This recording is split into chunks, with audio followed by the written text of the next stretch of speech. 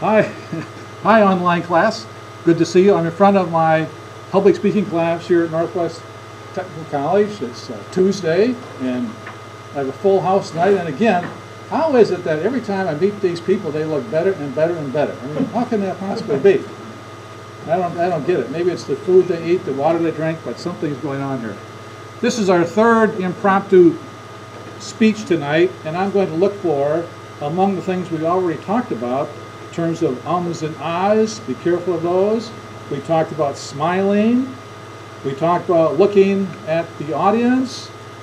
And tonight we're going to add using gestures and also the pauses and also keeping in mind to make the speech just a little bit interesting. All right? And that's a tough one. Well, what should you do when you look at pause? I'm just going to give you one hint in terms of using pauses. Cody, wake up. Try to start out with your hands above your waist. If you do that, you're more likely to use gestures. That's all. That's all the tip I'm going to give you tonight. Then just use that, right? Then you're more likely to use them. In terms of the pauses, remember that if you're going to say an or an ah, make a conscious effort of pausing rather than saying the or the ah. I know, I was going to mention one other thing too, and this was, tonight, see if you can't put a whisper in your impromptu speech. There's something about a whisper that causes people to pay attention. Well, we have 5 topics on the board that our class generates tonight, and these are the topics. One is money, one is shopping, one is a fabulous topic, paint drying. Yes, paint drying. I've always wanted to talk about that. Bee stings. I hope they don't pick bee stings for me to talk about. And then injuries. I've never been in a hospital other than being born in a hospital.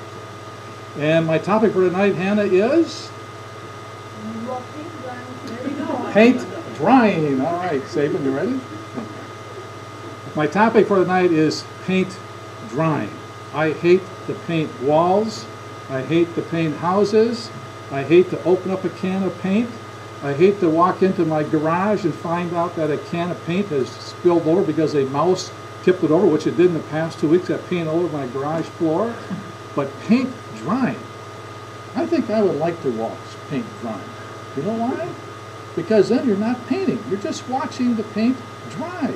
And today, with today's paints, I mean, they dry in a nanosecond. You know how much a nanosecond is?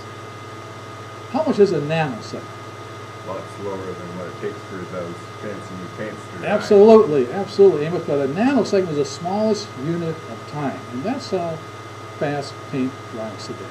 I would suggest that all of you people, if you want to improve your grades, I think you could do it by watching paint dry. Applause.